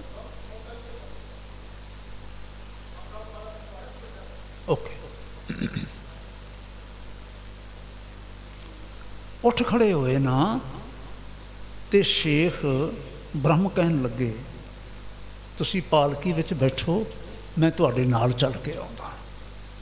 ਹਜ਼ੂਰ ਕਹਿਣ ਲੱਗੇ ਨਹੀਂ, ਅਸੀਂ ਜਿਵੇਂ ਚੱਲ ਕੇ ਤੁਹਾਡੇ ਕੋਲ ਆਏ ਸਨ ਇਵੇਂ ਹੀ ਚੱਲ ਕੇ ਤੁਹਾਡੇ ਸਥਾਨ 'ਤੇ ਜਾਵਾਂਗੇ, ਤੁਸੀਂ ਪਾਲਕੀ ਵਿੱਚ ਬੈਠੋ। ਕਹਿਣ ਲੱਗਾ ਵਾਹ ਬਾਬਾ, ਐਸੀ ਗੁਸਤਾਖੀ ਬ੍ਰਹਮ ਕਰ ਲਵੇ ਕਿ ਆਪ ਪਾਲਕੀ ਵਿੱਚ ਬੈਠ ਜਾਵੇ ਤੇ ਬਾਬਾ ਪੈਦਲ ਨਾਲ ਜਾਵੇ। ਹੱਥ ਫੜ ਲਿਆ, ਕਹਿੰਦਾ ਆਪਾਂ ਦੋਵੇਂ ਐਵੇਂ ਚੱਲਾਂਗੇ। ਸਥਾਨ 'ਤੇ ਆ ਗਏ, ਆ ਕੇ ਬੈਠੇ ਨਾ, ਉੱਥੇ ਆ ਕੇ ਬੈਠਿਆਂ ਹੋਇਆਂ ਸ਼ੇਖ ਬ੍ਰਹਮ ਨੇ ਇੱਕ, ਜਿਸ ਨੂੰ ਅਸੀਂ ਹੁਣ ਪਿਆਰ ਨਾਲ ਸ਼ਬਦ ਆਖਦੇ ਹਾਂ, ਬਾਬਾ ਫਰੀਦ ਜੀ ਦਾ ਉਚਾਰਨ ਕੀਤਾ ਹੋਇਆ, ਬੇੜਾ ਬੰਦ ਨਾ ਸਕਿਓ ਬੰਧਨ ਕੀ ਬੇੜਾ, ਭਰ ਸਰਵਰ ਜਬ ਉਛਲੈ ਤਬ ਤਰਨ ਦੁਹੇਲਾ, ਹੱਥ ਨਾ ਲਾਏ ਕੁਸੁੰਬੜੈ ਜਲ ਜਾਸੀ ਢੋਲਾ।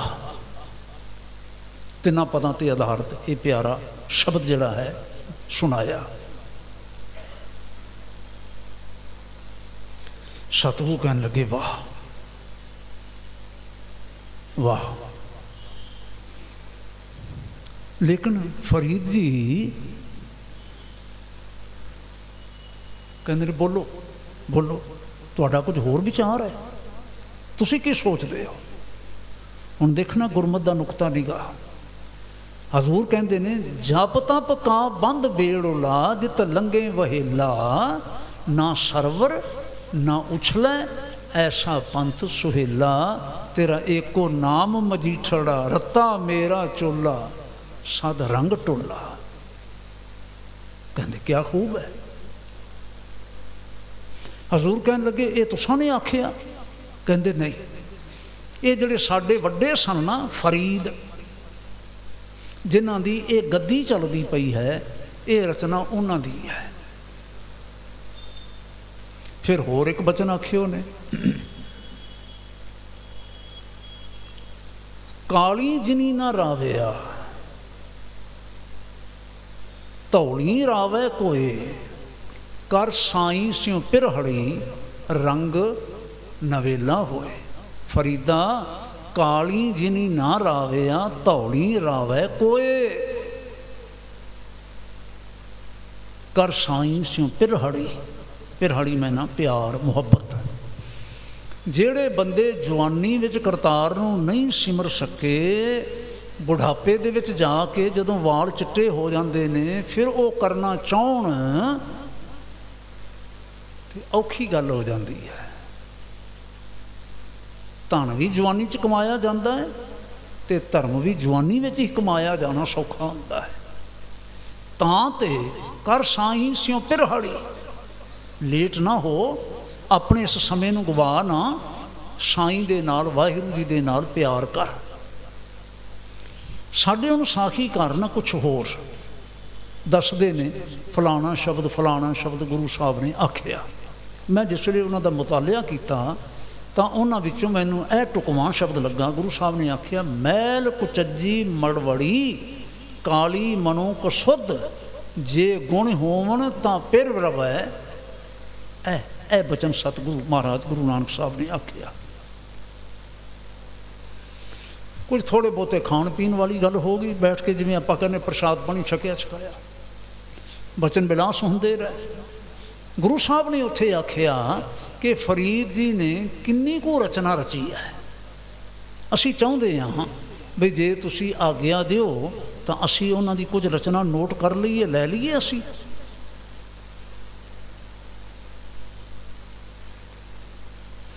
ਕਿਵੇਂ ਨੇੜਤਾ ਹੈ, ਵਿਚਾਰਧਾਰਾ ਇੱਕ ਹੋਵੇ, ਭਾਵੇਂ ਕੋਈ ਕਿਤੇ ਪੜ੍ਹਿਆ, ਕੋਈ ਕਿਤੇ ਪੜ੍ਹਿਆ, ਕੋਈ ਕਦੋਂ ਪੜ੍ਹਿਆ, ਕੋਈ ਕਦੋਂ ਪੜ੍ਹਿਆ ਹੈ। ਉਹ ਝਟਾਪਟ ਨਾ ਸਮੇਂ ਦੀਆਂ ਦੂਰੀਆਂ ਸਾਰੀਆਂ ਵਿੱਚੋਂ ਮਾਈਨਸ ਹੋ ਜਾਂਦੀਆਂ ਨੇ। ਕਹਿੰਦੇ ਹੈਗੀ ਹੈ, ਕਿੰਨੀ ਹੈ? ਕਹਿੰਦੇ ਗਿਣਤੀ ਮਿੰਟ ਤਾਂ ਮੈਂ ਨਹੀਂ ਕੀਤੀ, ਪਰ ਜਿਤਨੀ ਵੀ ਰਚਨਾ ਹੈ ਉਹ ਮੇਰੇ ਪਾਸ ਮੌਜੂਦ ਹੈ, ਮੈਂ ਤੁਹਾਨੂੰ ਦੇ ਦੇਣਾ, ਤੁਸੀਂ ਪੜ੍ਹ ਲਓ। ਉੱਠੇ ਤੇ ਉੱਠ ਕੇ ਪੋਥੀਆਂ 'ਤੇ ਨਾ ਬਾਬਾ ਫਰੀਦ ਜੀ ਹੋਰਾਂ ਦੀ, ਸ਼ੇਖ ਫਰੀਦ ਸਾਹਿਬ ਦੀ ਬਾਣੀ ਲਿਖੀ ਹੋਈ ਸੀ।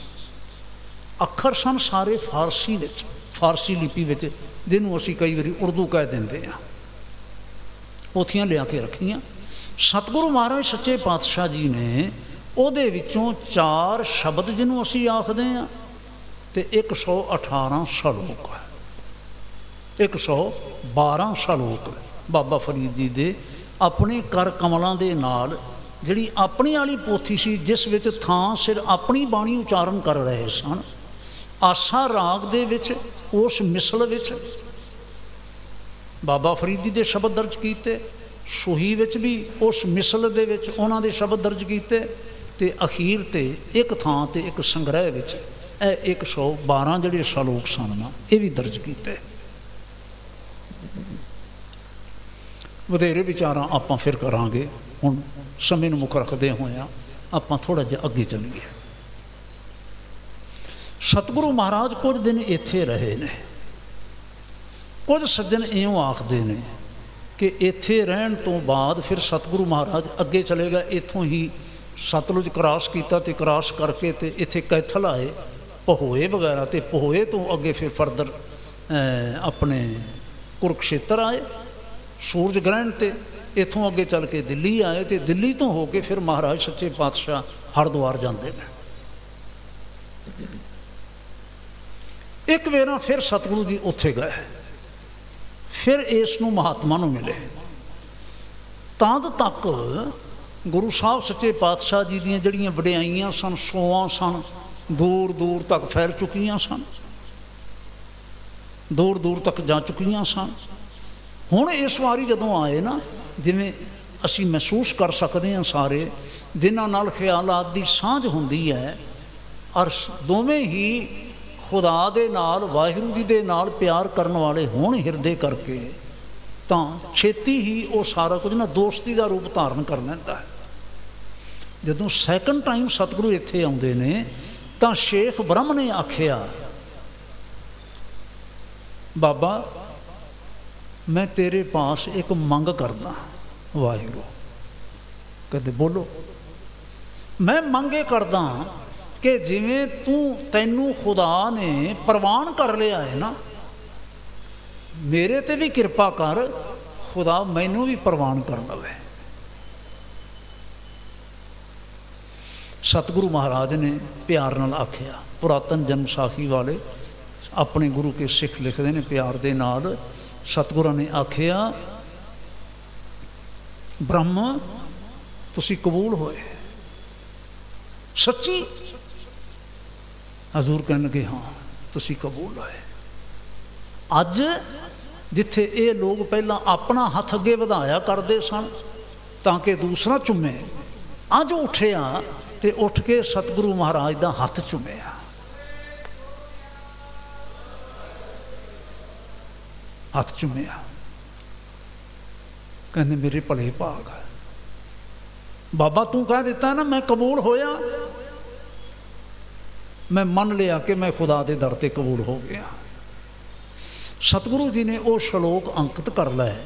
समा आउण ते ये सारी रचना जिहड़ी सी शब्द का खजाना अंगद के हवाले किया। दूजियां तो बाद तीजियां पास आया, तीजियां तो चौथियां पास आया, चौथियां तो पंजवियां दे पास आया, जिन्हां ने पोथी साहिब तैयार किया, जिसनों असी अदब दे नाल सहजे सहजे फिर ग्रंथ साहिब कहन लगे। दसम पातशाह जी के हुक्म तो बाद असी सारे श्री गुरु ग्रंथ साहिब कह के असी मनते चले आ रहे हैं। 130 श्लोकां दे विचों सब तो पहला जिहड़ा श्लोक है, आपां संखेपता दे नाल उसका वर्णन कर लईए। सतगुरु महाराज ने प्यार नाल अपनी कलम दे नाल लिखिया, एक ओंकार सतगुर प्रसाद।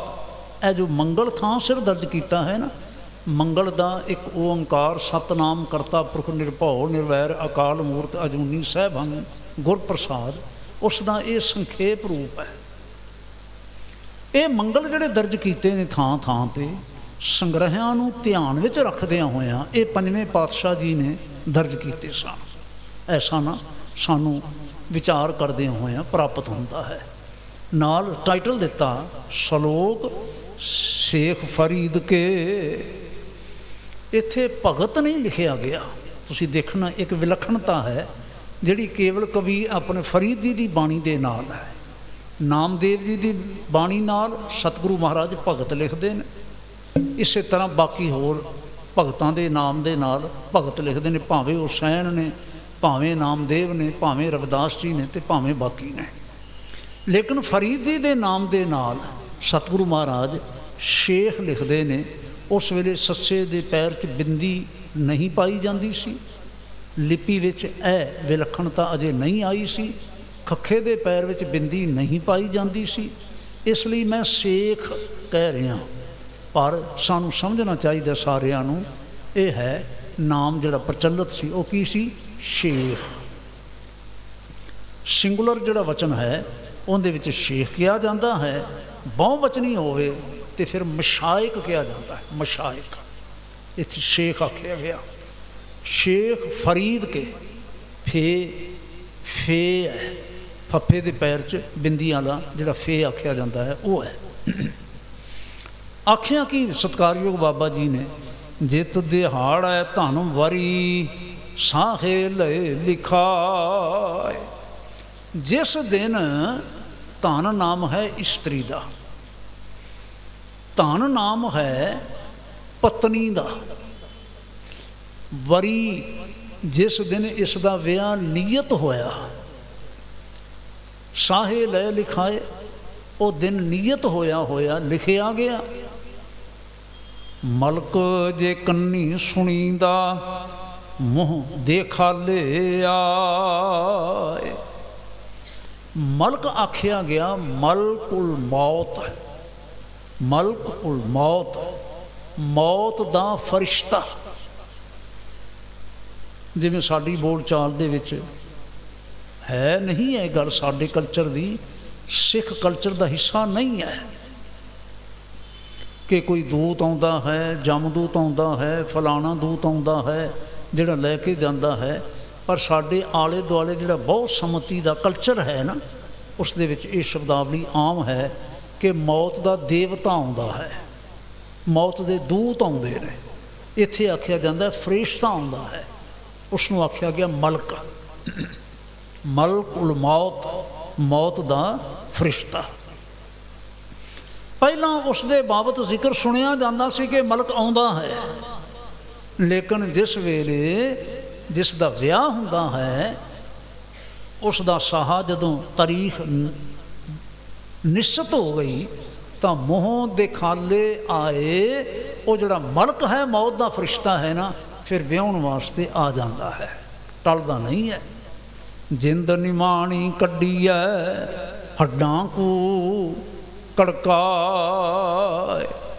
ਉਹ ਨਿਮਾਣੀ ਜਿੰਦ ਨੂੰ ਨਾ ਫਿਰ ਕੱਢਦਾ ਹੈ ਸਰੀਰ ਦੇ ਵਿੱਚੋਂ, ਹੱਡਾਂ ਕੂ ਕੜਕਾਏ। ਇਸ ਦਾ ਭਾਵ ਵਿਦਵਾਨ ਸੱਜਣ ਇਉਂ ਵੀ ਲੈਂਦੇ ਨੇ ਕਿ ਸਹਿਜੇ ਸਹਿਜੇ ਸਹਿਜੇ ਸਹਿਜੇ ਸਾਡੇ ਸਰੀਰ ਦੇ ਵਿੱਚ ਕਮਜ਼ੋਰੀ ਆ ਜਾਂਦੀ, ਜਿਹਨੂੰ ਕਹਿੰਦੇ ਨੇ ਜ਼ਾਈਫੀ, ਬੁਢਾਪਾ ਆ ਜਾਂਦਾ ਹੈ, ਹੱਡ ਕੜਕਦੇ ਨੇ। ਉਹ ਇਸ ਢੰਗ ਦੇ ਨਾਲ ਜ਼ਿਕਰ ਕਰਦੇ ਨੇ। ਲੇਕਿਨ ਬਹੁਤਿਆਂ ਦਾ ਮਤ ਇਹ ਹੈ ਕਿ ਉਸ ਵੇਲੇ ਜਿਸ ਵੇਲੇ ਮਲਕ ਆ ਜਾਂਦਾ ਹੈ ਤਾਂ ਬੇਲਿਹਾਜ਼ਾ ਹੋ ਕੇ, ਕਿਉਂਕਿ ਉਸ ਨੇ ਜਿੰਦ ਵਹੁਟੀ ਨੂੰ ਵਰਨਾ ਹੈ, ਲਿਜਾਣਾ ਹੈ, ਇਸ ਲਈ ਉਹ ਤਣ ਦੇ ਵਿੱਚੋਂ ਕੱਢਦਾ ਹੈ। ਜਿੰਦ ਨਿਮਾਣੀ ਕੱਢੀਐ ਹੱਡਾਂ ਕੂ ਕੜਕਾਏ, ਕੜਕਾ ਕੜਕਾ ਕੇ ਕੱਢਦਾ ਹੈ। ਅਸੀਂ ਆਮ ਤੌਰ 'ਤੇ ਦੇਖਦੇ ਹਾਂ ਜਦੋਂ ਕਿਸੇ ਦਾ ਸਮਾਂ ਨੇੜੇ ਆਇਆ ਹੁੰਦਾ ਹੈ, ਲੱਤਾਂ ਖੁੱਸਦੀਆਂ ਨੇ, ਲੱਤਾਂ ਮਾਰਦਾ ਹੈ, ਹਾਂਜੀ, ਹੱਥ ਪੈਰ ਜਿਹੜੇ ਨੇ ਨਾ ਸਿਥਲ ਹੁੰਦੇ ਨੇ, ਬਹੁਤ ਔਖਾ ਜਿਹਾ ਹੁੰਦਾ ਹੈ, ਜਿਸ ਤੋਂ ਅਸੀਂ ਨਾ ਸਮਝ ਸਕਦੇ ਹਾਂ ਇਹ ਔਖਿਆਈ ਦੇ ਵਿੱਚ ਹੈ। ਔਖਿਆਈ ਕਿਹੜੀ ਗੱਲ ਦੀ ਹੈ? ਜਿੰਦ ਨਿਮਾਣੀ ਕੱਢੀ ਹੈ, ਉਸ ਅਵਸਥਾ ਵਿੱਚੋਂ ਲੰਘ ਰਿਹਾ ਹੁੰਦਾ ਹੈ। ਫਿਰ ਕੀ ਹੁੰਦਾ ਹੈ? ਸਾਹੇ ਲਿਖੇ ਨਾ ਚੱਲਣੀ ਜਿੰਦੂ ਕੂ ਸਮਝਾਏ, ਜਿੰਦ ਵਹੁਟੀ ਮਰਨ ਵਾਰ ਲੈ ਜਾਸੀ ਪਰਣਾਏ। ਧਿਆਨ ਰੱਖਿਓ ਜੇ, ਜਿਹੜਾ ਮਲਕ ਹੈ ਨਾ, ਮਲਕੁਲ ਮੌਤ, ਮੌਤ ਦਾ ਜਿਹੜਾ ਫਰਿਸ਼ਤਾ ਹੈ, ਉਸ ਨੇ ਹਰ ਹਾਲਤ ਦੇ ਵਿੱਚ ਲੈ ਕੇ ਜਾਣਾ ਹੈ। ਲੈ ਜਾਸੀ ਪਰਨਾਏ, ਕੋਈ ਰੋਕ ਨਹੀਂ ਸਕਦਾ। ਵਾਹਿਗੁਰੂ। ਇੱਕ ਧਿਆਨ ਰੱਖਣਾ ਜ਼ਰੂਰ। ਸਤਿਗੁਰੂ ਮਹਾਰਾਜ ਗੁਰੂ ਨਾਨਕ ਸਾਹਿਬ ਜੀ ਨੇ ਨਾ, ਪਿਤਾ ਜੀ ਨੇ ਇੱਕ ਥਾਂ ਬਚਨ ਕੀਤਾ, ਫਾਰਸੀ ਦਾ ਸ਼ਬਦ ਹੈ, ਯਕਰਜ਼ ਗੁਫਤਮ ਪੇਸ਼ ਤੋਂ ਦਰਗੋਸ਼ ਕੁਨ ਕਰਤਾਰ ਹੱਕਾ ਕਬੀਰ ਕਰੀਮ ਤੂੰ ਬੇਅਬ ਪਰਵਤਗਾਰ ਦੁਨੀਆ ਮੁਕਾਮੀ ਫਾਨੀ ਤਹਕੀਕ ਦਿਲਦਾਨੀ ਮਮਸਰ ਮੋਏ ਅਜਰਾਈਲ ਗਿਰਫਤਾ ਦਿਲ ਹੇਚ ਨਾਦਾਨੀ। ਅੱਗੇ ਹੈ ਜਾਨ ਪਿਸਰ ਪੱਧਰ ਬੇਰਾਦਰਾਂ ਕਸ ਨੇਸ ਦਸਤੰਗੀਰ ਆਖਿਰ ਬੇਅਫਤਮ ਕਸ ਨਾ ਦਾਰਦ ਚੂੰ ਸਵਦ ਤਕਬੀਰ। ਜਿਸ ਵੇਲੇ ਅਰਥਾਂ ਦਾ ਧਿਆਨ ਰੱਖ ਕੇ ਅਸੀਂ ਪਾਠ ਕਰਾਂਗੇ ਤੇ ਫਿਰ ਪਾਠ ਬਣ ਜਾਂਦਾ ਹੈ ਜਾਨ ਪਿਸਰ ਪੱਧਰ ਬੇਰਾਦਰਾਂ ਕਸ ਨੇਸ ਦਸਤੰਗੀਰ ਆਖਿਰ ਬੇਅਫਤਮ ਕਸ ਨਾ ਦਾਰਦ ਚੂੰ ਸ਼ਬਦ ਤਕਬੀਰ। ਜਨ ਨਾਮ ਹੈ ਪਤਨੀ ਦਾ, ਪਿਸਰ ਨਾਮ ਹੈ ਪੁੱਤਰ ਦਾ, ਪਦਰ ਨਾਮ ਹੈ ਪਿਤਾ ਦਾ, ਬਿਰਾਦਰਾਂ ਨਾਮ ਹੈ ਭਰਾਵਾਂ ਦਾ। ਸਤਿਗੁਰੂ ਕਹਿੰਦੇ ਨੇ ਕਸ਼ਨੇਸ਼ ਦਸਤੰਗੀਰ, ਇਹਨਾਂ ਸਾਰਿਆਂ ਦੇ ਵਿੱਚੋਂ ਕੋਈ ਵੀ ਹੱਥ ਫੜਨ ਵਾਲਾ ਫਿਰ ਨਹੀਂ ਹੁੰਦਾ। ਕਦੋਂ? ਆਖਿਰ ਬੇਅਫਤਮ, ਅੰਤ ਨੂੰ ਜਦੋਂ ਮੈਂ ਡਿੱਗਾ, ਅੰਤ ਨੂੰ ਮੈਂ ਜਦੋਂ ਡਿੱਗਾ, ਆਖਿਰ ਬੇਅਫਤਮ ਕਸ਼ ਨਾ ਦਾਰਦ, ਤੇ ਫਿਰ ਕੁਛ ਵੀ ਪ੍ਰਾਪਤ ਨਹੀਂ ਸੀ, ਨਾ ਉਸ ਦਾ ਹੱਥ, ਨਾ ਉਸ ਦਾ ਹੱਥ, ਨਾ ਉਸ ਦਾ ਹੱਥ, ਨਾ ਉਸ ਦਾ ਹੱਥ। ਕੋਈ ਵੀ ਕਿਸੇ ਦਾ ਹੱਥ ਮੈਨੂੰ ਪਕੜ ਨਹੀਂ ਸਕਦਾ ਸੀ, ਮੈਨੂੰ ਡਿੱਗੇ ਹੋਏ ਨੂੰ ਉਸ ਵੇਲੇ ਉਠਾ ਨਹੀਂ ਸਕਦਾ ਸੀ। ਆਖਿਰ ਬੇਅਫਤਮ ਕਸ਼ ਨਾ ਦਾਰਦ, ਕਦੋਂ? ਚੂੰ ਸ਼ਬਦ ਤਕਬੀਰ, ਜਿਸ ਵੇਲੇ ਤਕਬੀਰ ਇੱਕ ਨਮਾਜ਼ ਦਾ ਨਾਮ ਹੈ। 5 ਨਮਾਜ਼ਾਂ ਤੋਂ ਇਲਾਵਾ ਇਹ ਇੱਕ ਨਮਾਜ਼ ਹੈ ਜਿਸ ਨਮਾਜ਼ ਦਾ ਨਾਮ ਹੈ ਤਕਬੀਰ। ਇਹ ਪੜ੍ਹੀ ਜਾਂਦੀ ਹੈ ਜਦੋਂ ਕਿਸੇ ਮੁਰਦੇ ਨੂੰ ਦਫਨਾਇਆ ਜਾਂਦਾ ਹੈ। ਜਿਵੇਂ ਅਸੀਂ ਸੋਹਿਲਾ ਸਾਹਿਬ ਦਾ ਪਾਠ ਅਸੀਂ ਤਾਂ ਹਰ ਰੋਜ਼ ਰਾਤ ਨੂੰ ਕਰਦੇ ਹਾਂ ਨਾ, ਇਹ ਸਤਿਗੁਰੂ ਮਹਾਰਾਜ ਨੇ ਸਾਡੇ ਲਈ ਮਰਿਆਦਾ ਠਹਿਰਾਈ ਹੈ। ਲੇਕਿਨ ਜਦੋਂ ਕਿਸੇ ਵਿਅਕਤੀ ਨੂੰ ਸੰਸਕਾਰਿਆ ਜਾਂਦਾ ਹੈ ਤਾਂ ਉਸ ਵੇਲੇ ਵੀ ਅਸੀਂ ਸੋਹਿਲਾ ਸਾਹਿਬ ਦਾ ਪਾਠ ਕਰਦੇ ਹਾਂ। ਤਾਂ ਇਹ ਪ੍ਰਚਲਿਤ ਜਿਹੀ ਗੱਲ ਹੋ ਗਈ, ਫਲਾਣੇ ਦਾ ਤਾਂ ਕੀਰਤਨ ਸੋਹਿਲਾ ਪੜ੍ਹਿਆ ਗਿਆ ਬਈ, ਕੀ ਅੰਡਰਸਟੈਂਡਿੰਗ ਹੋ ਜਾਂਦੀ ਹੈ, ਭਾਵ ਉਸ ਦੀ ਮੌਤ ਹੋ ਗਈ। ਇੱਕ ਧਿਆਨ ਰੱਖਣਾ ਛੋਟੀ ਜਿਹੀ ਗੱਲ ਦਾ ਜਿਹੜੀ ਮੈਂ ਕਹਿਣ ਲੱਗਾ।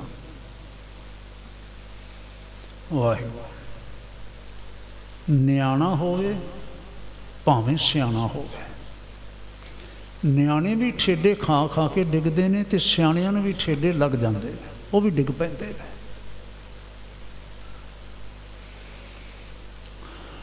ਨਿਆਣਿਆਂ ਨੂੰ ਵੀ ਉਹਨੂੰ ਸੰਭਾਲਣ ਵਾਲੇ, ਚੁੱਕਣ ਵਾਲੇ ਚੁੱਕ ਲੈਂਦੇ ਨੇ, ਸਿਆਣਿਆਂ ਦੀ ਵੀ ਮਦਦ ਕਰਦੇ ਨੇ, ਉਹਨਾਂ ਨੂੰ ਚੁੱਕ ਲੈਂਦੇ ਨੇ, ਖੜੇ ਕਰ ਲੈਂਦੇ ਨੇ, ਆਪ ਵੀ ਉਹ ਹਿੰਮਤ ਕਰਦੇ ਨੇ, ਉੱਠ ਪੈਂਦੇ ਨੇ। ਲੇਕਿਨ ਨਾ ਕੁਦਰਤ ਦਾ, ਵਾਹਿਗੁਰੂ ਜੀ ਦਾ ਨੇਮ ਹੈ ਇੱਕ, ਜਦੋਂ ਸਵਾਸ ਕਿਸੇ ਦਾ ਮੁੱਕਦਾ ਹੈ ਤੇ ਡਿੱਗ ਪੈਂਦਾ ਹੈ ਨਾ, ਫਿਰ ਭਾਵੇਂ ਬੱਚਾ ਹੋਵੇ, ਭਾਵੇਂ ਬੁੱਢਾ ਹੋਵੇ, ਭਾਵੇਂ ਜਵਾਨ ਹੋਵੇ, ਫਿਰ ਉਸ ਡਿੱਗੇ ਹੋਏ ਨੂੰ ਫਿਰ ਕੋਈ ਉਠਾ ਨਹੀਂ ਸਕਦਾ। ਨਾ ਉਹ ਖੁਦ ਉੱਠਣ ਜੋਗਾ ਹੈ, ਨਾ ਉਹਨੂੰ ਕੋਈ ਉਠਾ ਸਕਦਾ ਹੈ। ਸਤਿਗੁਰਾਂ ਨੇ ਆਖਿਆ ਕਸ਼ਨੇਸ਼ ਦਸਤੰਗੀਰ, ਫਿਰ ਕੋਈ ਹੱਥ ਫੜਨ ਵਾਲਾ ਨਹੀਂ ਹੈ। ਮੈਂ ਐਂ ਮਹਿਸੂਸ ਕਰਦਾ ਸਤਿਗੁਰੂ ਐਵੇਂ ਕਿਉਂ ਆਖਦੇ ਨੇ ਹੱਥ ਫੜਨ ਵਾਲਾ ਨਹੀਂ ਹੈ? ਕੀ ਪਤਨੀ ਹੱਥ ਫੜਨ ਵਾਲੀ ਨਹੀਂ ਹੁੰਦੀ? ਕੋਲ ਬੈਠੀ ਹੁੰਦੀ ਹੈ, ਅੱਖਾਂ 'ਚੋਂ ਪਰਲ ਪਰਲ ਆਂਸੂ ਵਹਿ ਰਹੇ ਹੁੰਦੇ ਨੇ ਜਦੋਂ ਦੇਖਦੀ ਹੈ, ਹੈਂ ਮੇਰਾ ਸੁਹਾਗ ਜਾ ਰਿਹਾ ਹੈ। ਪੁੱਤਰ ਹੱਥ ਫੜਨ ਵਾਲੇ ਨਹੀਂ ਹੁੰਦੇ, ਪਤੀ ਹੱਥ ਫੜਨ ਵਾਲਾ ਨਹੀਂ ਹੁੰਦਾ, ਭਰਾ ਹੱਥ ਫੜਨ ਵਾਲੇ ਨਹੀਂ ਹੁੰਦੇ, ਜਿਹੜੇ ਸਮਝਦੇ ਨੇ ਕਿ ਇਹ ਬਾਂਹ ਹੈ ਸਾਡੀ, ਟੁੱਟਣ ਜਾ ਰਹੀ ਹੈ। ਦਵਾਈਆਂ ਦਿੱਤੀਆਂ ਜਾਂਦੀਆਂ ਨੇ, ਡਾਕਟਰ ਸਿਰ 'ਤੇ ਬੈਠੇ ਹੁੰਦੇ ਨੇ, ਸਾਰਾ ਕੁਝ ਹੁੰਦਾ ਹੈ, ਹੋ ਸਕਦਾ ਹੈ। ਫਿਰ ਗੁਰੂ ਸਾਹਿਬ ਕਿਉਂ ਕਹਿੰਦੇ ਨੇ ਕਿ ਕੋਈ ਦਸਤਗੀਰ ਨਹੀਂ ਹੈ, ਕੋਈ ਹੱਥ ਫੜਨ ਵਾਲਾ ਨਹੀਂ ਹੈ? ਸੱਚ ਇਹ ਹੈ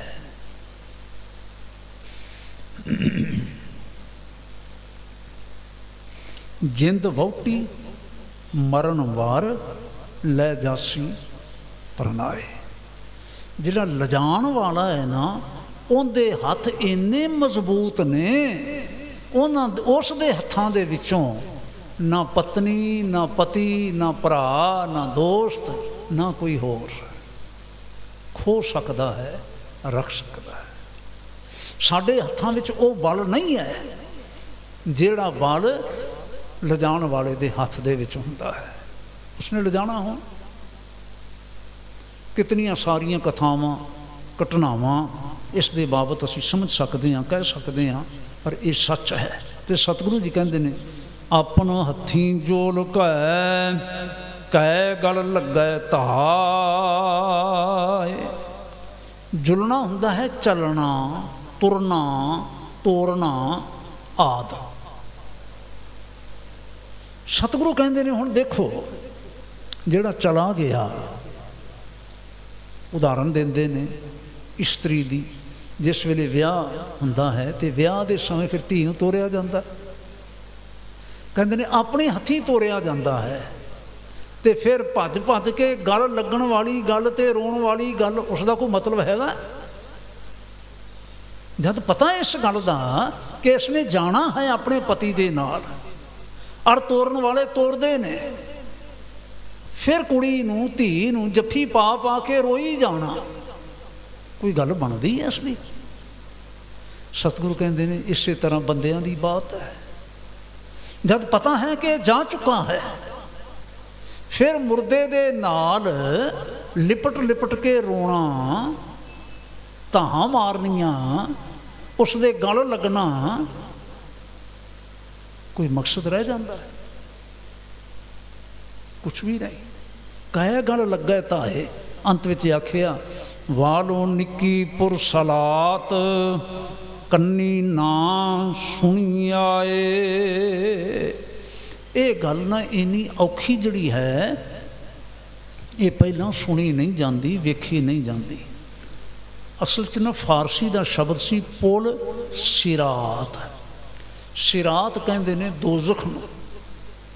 ਪੁਲ ਸਿਰਾਤ ਦਾ ਭਾਵ ਹੈ ਦੋਜ਼ਖ ਦਾ ਪੁਲ, ਦੋਜ਼ਖ ਦਾ ਪੁਲ। ਜਿਵੇਂ ਸਾਡੇ ਗੁਆਂਢੀ ਮੱਤ ਦੇ ਵਿੱਚ ਨਰਕ ਤੇ ਸੁਰਗ ਦੀ ਗੱਲ ਆਉਂਦੀ ਹੈ ਨਾ, ਤੇ ਉਧਰ ਦੋਜ਼ਖ ਆਖਿਆ ਜਾਂਦਾ, ਇੱਧਰ ਨਰਕ ਆਖਿਆ ਜਾਂਦਾ ਹੈ। ਲੇਕਿਨ ਉਹ ਜਿਹੜਾ ਪੁਲ ਹੈ ਨਾ, ਜਿਸ ਨੂੰ ਕ੍ਰਾਸ ਕਰਕੇ ਤੇ ਬਚਿਆ ਜਾ ਸਕਦਾ ਹੈ, ਜਿਹੜਾ ਪੁਲ ਦੋਜ਼ਖ ਦੇ ਉੱਪਰ ਬਣਿਆ ਹੋਇਆ ਹੈ ਬਚਣ ਦੇ ਵਾਸਤੇ, ਉਹ ਵਾਲੋਂ ਨਿੱਕੀ,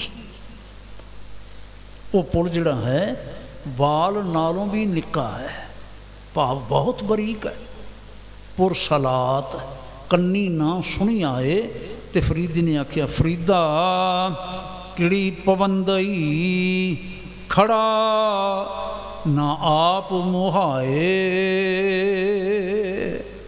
ਐਸਾ ਹੋ ਰਿਹਾ ਹੈ, ਕਿਹੜੀ ਪਵੰਦਈ, ਆਵਾਜ਼ਾਂ ਪੈ ਰਹੀਆਂ ਨੇ, ਇਸਤਰੀਆਂ ਜਾ ਰਹੀਆਂ ਨੇ। ਇੰਨੀਆਂ ਆਵਾਜ਼ਾਂ ਪੈਣ ਦੇ ਬਾਵਜੂਦ ਇੰਨੀਆਂ ਜਾ ਰਹੀਆਂ ਨੇ, ਧਿਆਨ ਰੱਖ। ਖੜਾ ਖੜੋਤਾ ਹੋਇਆ, ਭਾਵ ਤੂੰ ਲਾਪਰਵਾਹ ਹੋਇਆ ਨਾ ਆਪ ਮੁਹਾਏ, ਤੂੰ ਆਪਣਾ ਆਪ ਗਵਾ ਨਾ, ਆਪਣੇ ਸਮੇਂ ਨੂੰ ਸਫਲ ਕਰ। ਜੇ ਫਲਾਣਾ ਗਿਆ ਹੈ, ਉਹ ਗਿਆ ਹੈ, ਆ ਗਿਆ ਹੈ, ਤੇ ਚੇਤੇ ਰੱਖ ਸਭਨਾ ਸਹੁਰੇ ਵੰਜਨਾ ਸਭ ਮੁਕਲਾਵਨ ਹਾਰ, ਨਾਨਕ ਧਨ ਸੁਹਾਗਣੀ।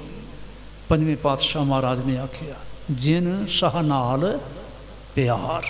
ਕਦੀ ਪਹਿਲੇ ਪਾਤਸ਼ਾਹ ਮਹਾਰਾਜ ਨੇ ਬਚਨ ਕੀਤਾ ਸੀ ਧਨ ਜੋਬਨ ਅਰ ਫੁੱਲੜਾ ਨਾਠੀ ਅੜੇ ਦਿਨ ਚਾਰ, ਪੱਬਨ ਕੇਰੇ ਪਤ ਜਿਉ ਢਲ ਢੁਲ ਜੁਮਨ ਹਾਰ।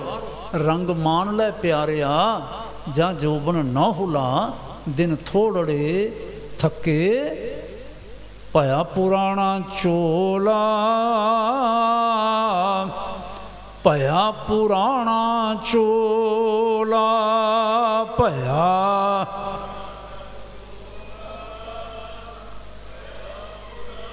ਸਾਰੇ ਬੋਲੋ ਭਇਆ ਪੁਰਾਣਾ ਚੋਲਾ। ਭਇਆ ਪੁਰਾਣਾ ਚੋਲਾ ਭਇਆ ਪੁਰਾਣਾ।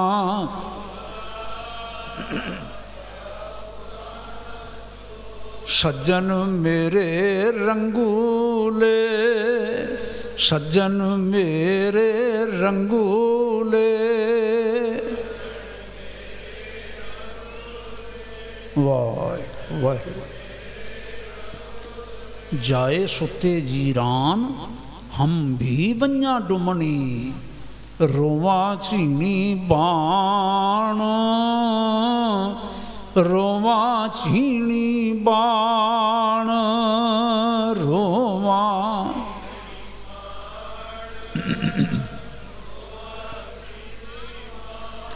ਰੋਵਾਂ ਝੀਣੀ ਬਾਣ। ਰੋਵਾਂ ਝੀਣੀ ਬਾਣ। ਰੋਵਾਂ